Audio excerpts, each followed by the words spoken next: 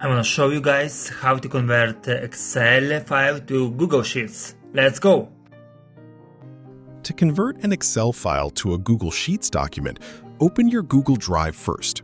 Then find the button New in the upper left corner and choose Google Sheets.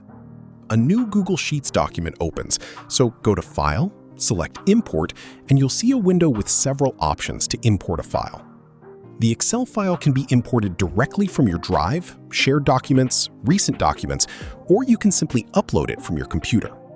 We'll go for the option Upload, where we can directly drag and drop the file we want to import or browse the computer using this blue button. So we'll click on the blue button now, select the file from the computer, and click on Open. Google Sheets now offers 3 options for the file import. Since we opened a new, empty Google Sheets document just a while ago, we can simply go for Replace Spreadsheet. This option is the most convenient in this case. Now click on Import Data, and that's it. The data now shows in the Google Sheets document, and as you can see, the feature Filter is still there, so it's been transferred from the Excel file automatically.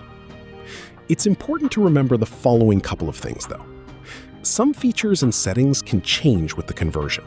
Excel is more advanced than Google Sheets in terms of formatting spreadsheets, so it offers more options, which might not work in the latter. Also, bear in mind that macros don't work in tables imported from Excel to Google Sheets, and some functions supported by Excel but not yet supported by Google Sheets might get lost in the conversion. Nevertheless, the data will always appear as in the original Excel file, so you can definitely rely on that.